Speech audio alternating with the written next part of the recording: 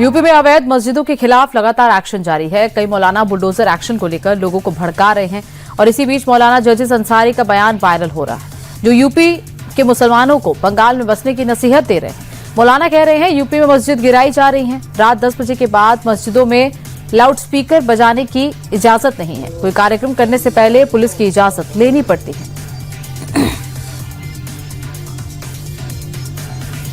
विश्व हिंदू रक्षा परिषद की ओर से लखनऊ की सड़कों पर पोस्टर लगाए गए, जिन पर बवाल मचा हुआ है। पोस्टर में 10 फरवरी को पश्चिम बंगाल के मुर्शिदाबाद जाने का ऐलान किया गया है। पोस्टर में लिखा है, हुमायूं हम आएंगे, बाबरी फिर से गिराएंगे। होर्डिंग में पश्चिम बंगाल की सीएम ममता बनर्जी की भी तस्वीर है। साथ ही हुमायूं कबीर को मुगल आक्रांता के तौर पर दिखाया गया है। लखनऊ के केजीएमओ में अवैध मजारों पर विवाद थमने का नाम नहीं ले रहा है। केजीएमओ प्रशासन की तरफ से मजार कमेटी को नोटिस जारी किया गया था। बाकायदा नोटिस चस्पा भी किया गया, लेकिन अब तक केजीएमओ प्रशासन को कोई भी जवाब नहीं मिला है।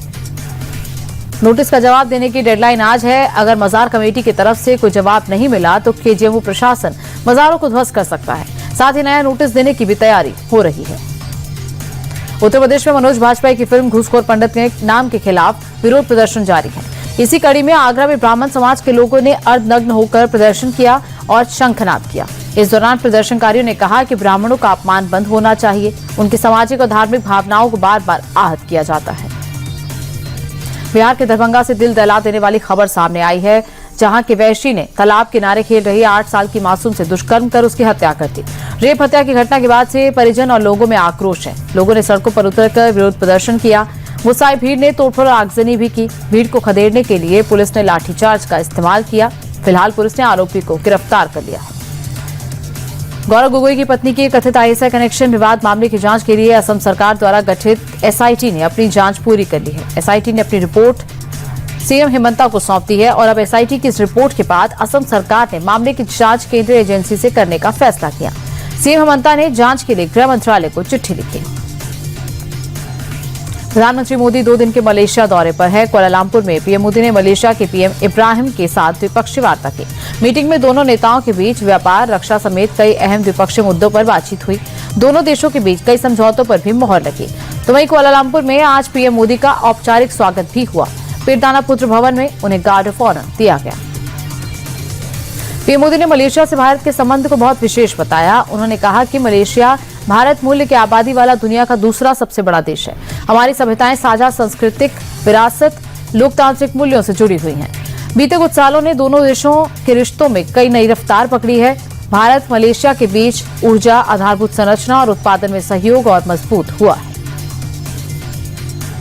प्रधानमंत्री मोदी ने एक बार फिर दोहराया कि भारत आतंकवाद पर कोई समझौता नहीं करेगा। मलेशिया में उन्होंने कहा कि आतंकवाद पर डबल स्टैंडर्ड नहीं चलेगा। भारत का रुख एकदम स्पष्ट है। आतंकवाद को लेकर ना कोई दोहरा मापदंड चलेगा, ना ही कोई समझौता किया जाएगा। भारत और मलेशिया आतंकवाद के खिलाफ मिलकर काम करेंगे। दिल्ली में बीजेपी सरकार के 1 साल पूरे होने पर कार्यक्रम का आयोजन किया गया। कार्यक्रम में बीजेपी के राष्ट्रीय अध्यक्ष नितिन नवीन भी शामिल हुए। सरकार के 1 साल पूरे होने पर सीएम रेखा गुप्ता ने ईवी बसों और दिल्ली पानीपत बस सेवा की शुरुआत की। साथ ही सीएम ने दिल्ली की ईवी पॉलिसी लाने की योजना की भी घोषणा की। वहीं नितिन नवीन ने कहा कि दिल्ली में विकास की रफ्तार तेज हो गई है। दिल्ली को विश्वास की नई रेखा मिली। नोएडा में उस समय हड़कंप मच गया जब अचानक से निर्माणाधीन बिल्डिंग की शटरिंग भरभरा कर गिर गई, जिसकी चपेट में आने से काम कर रहे 2 मजदूर नीचे गिर गए। सूचना मिलने पर पहुंची पुलिस ने रेस्क्यू कर मजदूरों को नजदीकी अस्पताल में भर्ती कराया, जहां इलाज के दौरान दोनों की मौत हो गई। घटना नोएडा के सेक्टर 142 थाना क्षेत्र की है।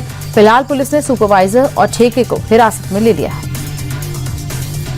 दिल्ली मुंबई एक्सप्रेसवे पर खतरनाक स्टंट का वीडियो सामने आया है। फिरोजपुर के पास कंटेनर ड्राइवर तेज रफ्तार में वाहन को लहराते हुए नजर आया, जिससे दूसरे वाहन चालकों की जान जोखिम में पड़ गई। घटना का वीडियो सोशल मीडिया पर वायरल हो रहा है, जिसमें कंटेनर चालक एक्सप्रेसवे पर खतरनाक स्टंट करते नजर आ रहा है। वीडियो वायरल होने के बाद नू पुलिस ने एक्शन लेते हुए ड्राइवर को गिरफ्तार कर लिया। पुलिस की गिरफ्त में आते ही आरोपी साबिर कान पकड़कर माफी मांगने लगा। रांची में दिन दिहाड़े चेन स्नैचिंग की कोशिश की गई। महिला ने नाकाम करते हुए चेन स्नैचर से अकेले भिड़ गई। पूरी घटना सीसीटीवी में कैद हो गई। दरअसल महिला सड़क से गुजर रही थी, तभी 2 बाइक सवार 2 बदमाशों ने अचानक चेन झपट ली और बाइक से भागने लगे, लेकिन महिला ने पीछे बैठे अपराधी को पकड़ लिया। संतुलन बिगड़ने से बाइक गिर गई। दोनों अपराधी भी नीचे गिर गए। महिला भी सड़क पर गिर गई, लेकिन चेन बचाने में सफल रहे। फायरिंग कर आरोपी मौके से फरार हो गए। पुलिस अब सीसीटीवी की मदद से आरोपियों की तलाश कर रही है। बेंगलुरु में नशे में धुत 2 महिलाओं ने बीच सड़क पर हाई वोल्टेज ड्रामा किया। कैब ड्राइवर को हेलमेट से जमकर पीटा और गाली गलौज की।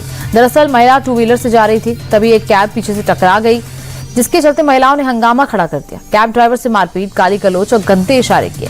लोगों ने बीच बचाव कर मामला शांत कराया। मौके पर पहुंची पुलिस ने महिलाओं को हिरासत में लिया। हद तो तब हो गई जब महिलाएं पुलिस की गाड़ी के अंदर से भी गालियां और अश्लील इशारे कर रही थी। वीडियो सोशल मीडिया पर वायरल हुआ।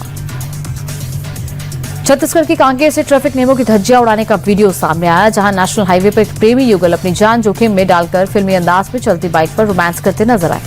लड़की चेहरा छिपाकर बाइक की टंकी पर प्रेमी के गले लगकर बैठी थी और प्रेमी आराम से बाइक चलाता रहा, मानो किसी फिल्म का सीन फिल्माया जा रहा हो। लगातार हो रही दुर्घटना के बावजूद भी लोग सबक नहीं ले रहे। सोशल मीडिया पर वीडियो तेजी से वायरल हो रहा है।